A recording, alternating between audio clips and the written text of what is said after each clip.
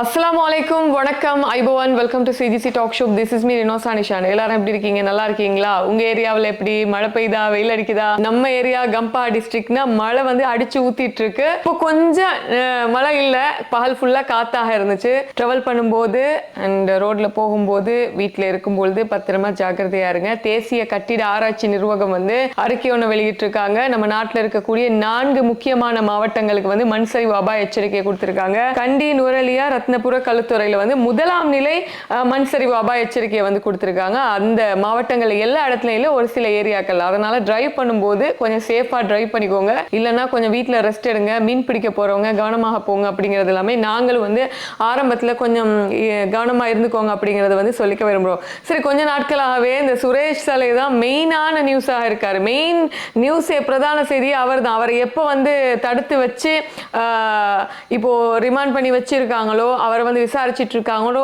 அவரை பத்தின செய்திகள் வந்து அதிகமாக வந்து வைரல் ஆகி வந்துட்டு இருக்கிற டைம்ல ஈஸ்டர் அட்டாக் சம்பந்தமான இந்த கேஸ் வந்து முடிவுக்கு வருமா இல்லையா, யாரு குற்றவாளி அப்படிங்கிறது மிகப்பெரிய கேள்வி.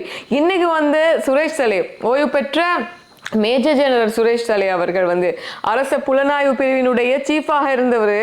இவர் வந்து இப்போ லாஸ்ட் 1 வீக்கா லாஸ்ட் வெள்ளிக்கிழமையில இருந்து தான் சாப்பிட மாட்டேன், மருந்து குடிக்க மாட்டேன்னு சொல்லிட்டு இப்போ உண்ணாவிரதம் இருந்துட்டு இருக்காரு இல்லையா. நாளுக்கு நாள் அவருடைய நிலைமை வந்து ரொம்ப மோசமாகிட்டு இருக்கு. ஏன்னா அவர் ஜிஹெச்ல வந்து சிகிச்சை பெற்று வந்துட்டு இருக்காரு அப்படின்னு சொல்லிட்டு அவங்களுடைய உறவினர்கள் என்ன சொல்றாங்கன்னா, இருக்க எங்களுக்கு தெரியல, அவருடைய கண்டிஷன் வந்து ரொம்ப மோசமாக இருக்கு அப்படின்னு சொல்லிட்டு சுரேஷ் சலையினுடைய மனைவி என்ன பண்ணிருக்காங்க, அஸ்கிரிய விகாரையினுடைய மகாநாயக்க தேரர்களுக்கு வந்து ரிக்வெஸ்ட் பண்ணிருக்காங்க. அதனால அஸ்கிரி விகாரையினுடைய மகாநாயக்க தேரர் கலாநிதி வரக்காகுட ஸ்ரீ ஞானரத்ன மகாநாயக்க தேரர் வந்து ஜனாதிபதிக்கு ஒரு கடிதம் வந்து எழுதியிருக்காராமா. அவர் என்ன சொல்லியிருக்காருன்னா, சுரேஷ் சலையினுடைய மனைவி அஸ்கிரிய விகாரைக்கு வந்து வருகை தந்து தன்னுடைய கணவர் சார்பாக கோரிக்கை விடுத்ததாக அந்த கடிதத்துல வந்து அவர் எழுதியிருக்காரு அப்படின்னு சொல்லிட்டு மகாநாயக்க தேரர் வந்து சுட்டி காட்டியிருக்காரு.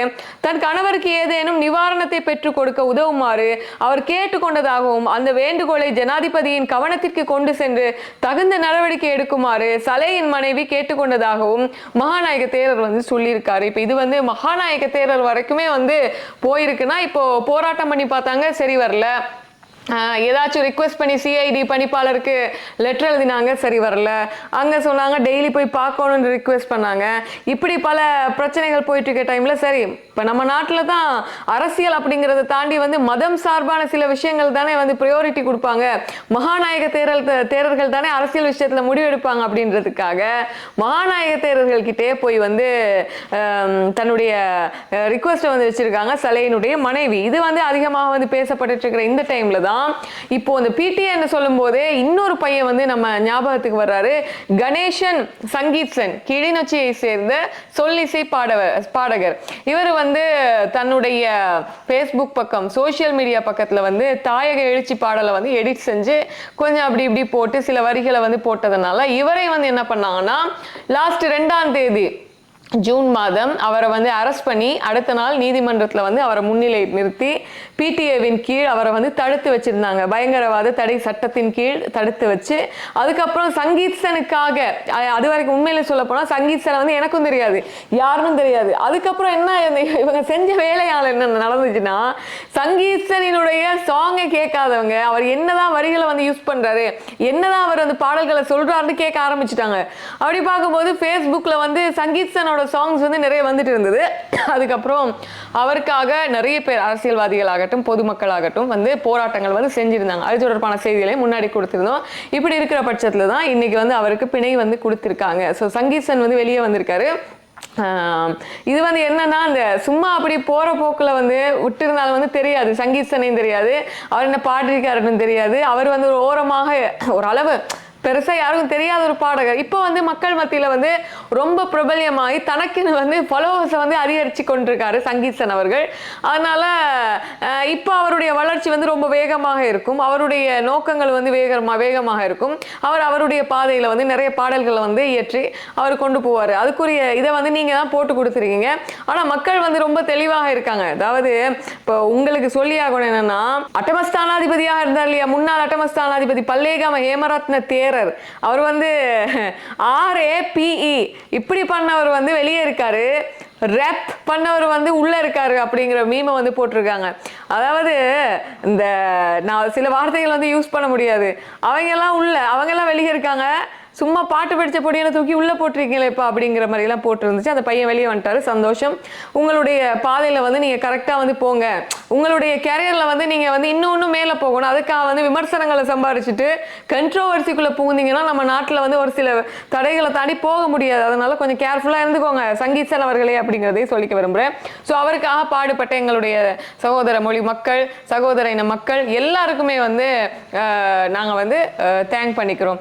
சரி, இப்படி இருக்கிற டைம்ல தான் வந்து பல்லேகாம ஹேமரத்ன தேரரை பத்தி நான் சொன்னேன் இல்லையா, அவரினுடைய இப்ப அவரை வந்து பிணையில விட்டுருக்காங்க. ஒரு 14 வயது சிறுமியை வந்து வன்புணர்வு செய்ததாக அவர் மேல கேஸ் போடப்பட்டு அனுராதபுர கோர்ட்ல கேஸ் போயிட்டு இருந்த டைம்ல அவரை வந்து பிணையில விட்டு இருந்தாங்க ஒரு 1 வீக் முன்னாடி. இப்போ என்ன அப்படின்னா, அரசாங்க பகுப்பாய்வு திணைக்களத்துல வந்து இவரை போய் தன்னோட பிளட் சாம்பிளை வந்து கொடுக்கணும் அப்படின்னு சொல்லியிருக்காங்க. அதாவது ஜூன் 16ஆம் தேதி கொடுங்கன்னு வந்து சொல்லியிருக்காங்க. இவரினுடைய டிஎன்ஏ பரிசோதனைக்கு தான் இந்த பிளட் சாம்பிளை வந்து கேட்குறாங்க. இது மட்டும் அங்கே போயிட்டு அந்த சிறுமி சார்பில் இருந்த ஆதாரங்களோட வந்து அது வந்து ஒன்றிணைஞ்சு கரெக்டாக வந்து ஆச்சு அப்படின்னு சொன்னாக்கா சில நேரம் தேரர் உள்ளே போகிறதுக்கு வந்து வாய்ப்பு இருக்குது. அதனால் அட்டமஸ்தானாதிபதிக்கு வந்து என்ன ஆகும்னு தெரியல, பார்க்கலாம். இப்படி ஒரு கேஸ் வந்து போயிட்டுருக்கு நம்ம நாட்டில். இப்படி இருக்கிற டைமில் தான் வந்து உங்கள் ஃபேஸ்புக் ஒர்க் பண்ணுதா? என்னோடய ஃபேஸ்புக் வந்து ஒர்க் பண்ணல. உலகளாவிய ரீதியில் வந்து ஃபேஸ்புக் வந்து கொஞ்சம் நேரம் முடங்கி இருந்தது. இந்த வீடியோ அப்லோட் ஆகும்போது சம்டைம் வளமைக்கு திரும்பலாம். அமெரிக்கா, பிலிப்பைன்ஸ் போன்ற நாடுகளில் நிறைய முறைப்பாடுகள் வந்து பதிவாக இருந்துதான் ஃபேஸ்புக் வந்து ஒர்க் பண்ணலை அப்படின்னு சொல்லிட்டு. இப்போ நான் சலையை பற்றின விஷயங்களை வந்து சொன்னேன் இல்லையா, இன்னைக்கு வந்து நாடாளுமன்றத்தில் ராமநாதன் அர்ச்சுனா அவர்கள் வந்து ஒரு சில விஷயங்களை வந்து சொல்லியிருக்காரு.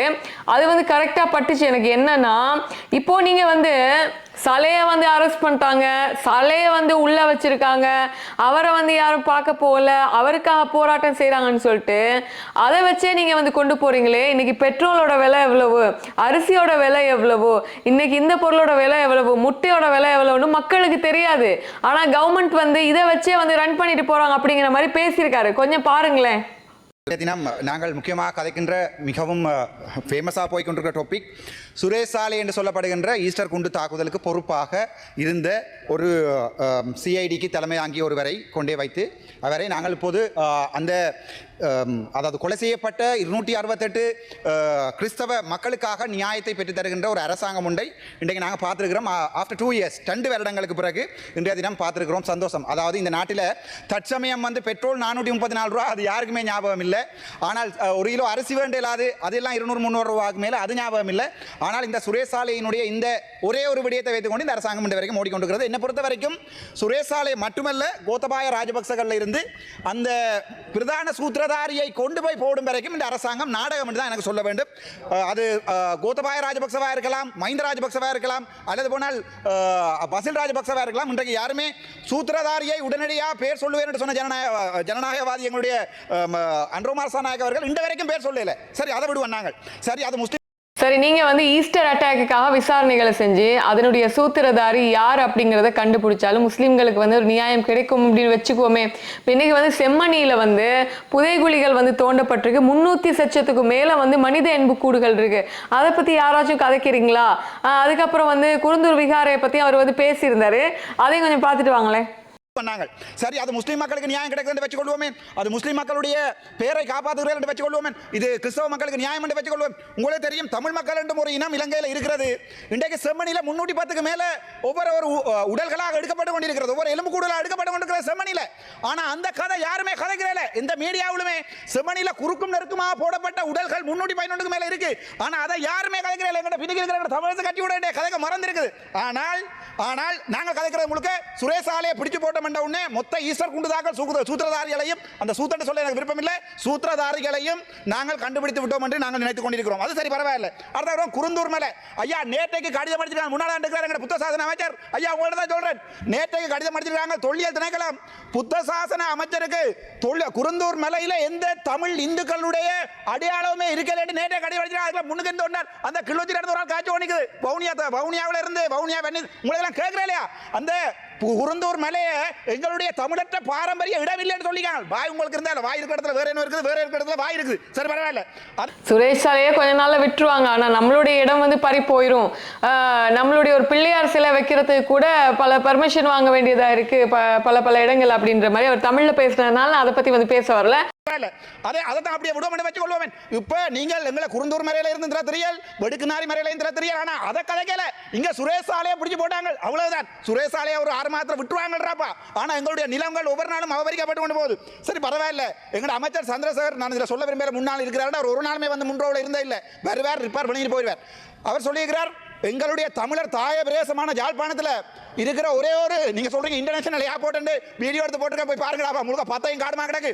அதுல ஒரு நடராஜர் சிலையை வைத்தார். நாட்டில் இன ஒற்றுமை இல்லாம போயிடும். ஒரு நடராஜர் சிலைக்கு உங்களுக்கு அவ்வளவு பயம். ஒரு பிள்ளையார் சிலை இதுல வச்சா அதுல இன ஒற்றுமை இல்லாம போயிடும். ஆனா குருந்தூர் மலையில ஐயனார் கோயில் இருக்கு, அங்கே கண்டுபிடிச்ச ஆதிசிவன் கோயில் அடி என்று ஆதிசிவன் அந்த 8 முக எங்களுடைய பஞ்சலிங்கம் கூட உங்களுக்கு தெரியல. என்னதான் கோயிலுக்கு போய் கும்பிடுறீங்களோ ஆண்டவர் தான் தெரியும். சரி அது பரவாயில்ல. ராமநாதன் அர்ச்சுனா அவர்கள் சில நேரம் பேசுறது சரி, சில நேரம் பேசுறது வந்து பிள்ளையா இருக்கும் அப்படின்னு நான் சொல்லிக்க விரும்புறேன். பட் இந்த விஷயம் வந்து சரின்னு பட்டுச்சு. அதனாலதான் வந்து நான் உங்களுக்கு அதை ஒளிபரப்பு இருந்தேன். ஸோ என்ன அப்படின்னு பார்க்கும் பொழுது எனக்கு என்னமோ ஒரு விஷயம் தோணுதுங்க. கீரி சம்பா அரிசியோட விலை வந்து 400 ரூபா வரைக்கும் போகுது. சரியா, 400 ரூபா வரைக்கும் போகுது. முட்டை வந்து 44 ரூபா வரைக்கும் போகுது. தேங்காய் வந்து 200 சச்சத்துல நிக்குது. சுகர்ல இருந்து எல்லாமே அடிப்படை உணவு பொருட்கள் எல்லாமே விலை அதிகரிச்சு போய் தான் இருக்கு. தக்காளி 1 கிலோ 1000 ரூபாய். நேற்றுக்கு முந்தின நாள் 2 நாள் முன்னாடி பெட்டா மார்க்கெட்டுக்கு நான் வந்து கொழும்புக்கு போயிருந்தேன். பெட்டா மார்க்கெட்ல போயிட்டு தக்காளி வந்து விலை கேட்டா 1000 ரூபா சொல்றாங்க. இது தக்காளி வந்து எப்பயுமே அது நம்ம தக்காளியை வாங்கி சாப்பிட போறது இல்லை. பட் நமக்கு சமையலுக்கு வந்து ரொம்ப எசென்சியலா தேவைப்படுறது தக்காளி, கறி, யாரு பச்சை கொச்சிக்காய், வெங்காயம், யாருன்னு சொல்லிட்டேன் பாருங்க. ஸோ இப்படி என்னன்னா முக்கியமான பொருட்கள், அத்தியாவசியமான காய்கறி வகைகளுடைய விலை வந்து அதிகரிச்சு போயிருக்கு. இந்த காலநிலை மாற்றத்தினாலேயோ என்னவோ தெரியல. நாட்டில் நம்ம அன்னைக்கு சமைக்கக்கூடிய பொருட்கள் பால் மாவுல இருந்து அவ்வளவுமே விலை அதிகரிச்சு போயிருக்கு. இது இது இது வந்து எங்க போய் முடியும்னு நமக்கு தெரியாது. ஆனா என்னன்னா ஒரு விஷயம் கரெக்டா இருக்கு. இங்க வந்து பேசப்படுற ஒரு சில விஷயங்கள்னால பல விஷயங்கள் வந்து மறைக்கப்படுது. மக்கள் அன்னைக்கு சாப்பிடுறது ரொம்ப கேள்விக்குறியான ஒரு விஷயமாக இருக்கு. ஆனா இதை யாரும் வந்து இறங்கி போராட்டம் செய்யவோ பேசவோ மாட்டாங்க. ஆனா எதிர்கட்சி ஆட்கள் வந்து பேசிட்டு இருக்காங்க. நான் அன்னைக்கு வந்து ஒருத்தரோட வந்து பேசிட்டு இருக்கும்போது சொன்னேன் ஒருவேளை இன்னொரு 1 மந்த் 2 மந்த் போச்சு, பெட்ரோல் கேஸுக்கு இஷ்யூ ஆச்சு அப்படின்னாக்கா ஒருவேளை அறகலே மாதிரி 2022 மாதிரி போராட்டங்கள் ஏதாச்சும் வருமோ தெரியல அப்படின்னு சொன்னேன்.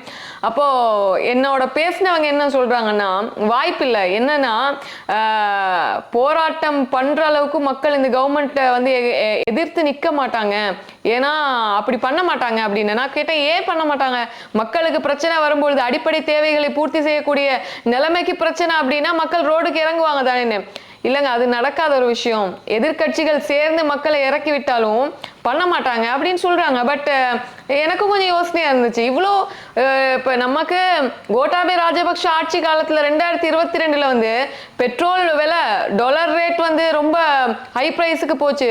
பசலை பிரச்சனை, அரிசி பிரச்சனை, கேஸ் பிரச்சனை, எவ்வளோ பிரச்சனைகளுக்கு முகம் கொடுத்தோம். கிட்டத்தட்ட அது மாதிரி தான் இருக்கு. ஆனா பிரச்சனை எதுவும் இல்லை நம்ம நாட்டில். எரிபொருள் பிரச்சனை இல்லை, வேற எந்த பிரச்சனை இல்லை. ஆனா பொருட்களினுடைய விலை நெருப்பு விலையா இருக்கு. அதை மட்டும் நீங்க செக் பண்ணிக்கோங்க.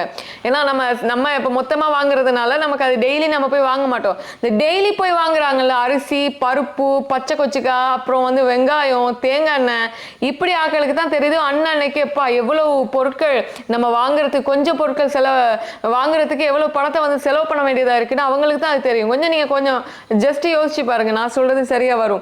அதனாலதான் வந்து அர்ச்சுனா வந்து சொல்லியிருப்பாரு, இந்த மத்திய கிழக்குல நிலவக்கூடிய போர்னால உலக பொருளாதாரம் வளர்ச்சியானது COVID-19க்கு அப்புறமா பதிவான மிக மந்தமான நிலையை வந்து அடையும் அப்படின்னு சொல்லிட்டு உலக வங்கி எச்சரிக்கை வந்து விடுத்திருக்கு. என்னன்னா 2026ஆம் ஆண்டிற்கான உலகளாவிய பொருளாதார எதிர்பார்ப்பு அறிக்கையினூடாகவே உலக வங்கி இந்த எச்சரிக்கையை வந்து விடுத்திருக்கு. COVID-19க்கு அப்புறம் எப்படி ஒரு பொருளாதார சிக்கல் வந்துச்சோ அதே மாதிரி தான் ஒரு மந்தமான பொருளாதார சிக்கல் வந்து இந்த மிடில் ஈஸ்ட் கல்ஃப் வார்னால வந்து ஏற்பட்டிருக்கு. ட்ரம்ப்பும் நினைச்ச மாதிரி சொல்லிட்டு இருக்காங்க, அமெரிக்கா வந்து ஈரானை தாக்கும், அதுக்கப்புறம் இல்ல நாங்க வந்து போர் நிறுத்த ஒப்பந்தத்தை வந்து போட போன எத்தனை தடவை தான் மாறி மாறி சண்டை போட்டுக்குவாங்களோ தெரியும். அந்த செய்தியை நான் எடுக்கிறதும் இல்லை, மாறி மாறி நீங்க சண்டை போட்டு கடைசியில் வந்து உலக நாடுகள் வந்து பெரிய ஒரு பொருளாதார சிக்கலை வந்து இப்போ முன்னோக்கி நகர்ந்துட்டு கொண்டு போயிட்டு இருக்கு அப்படின்னு தான் சொல்லணும்.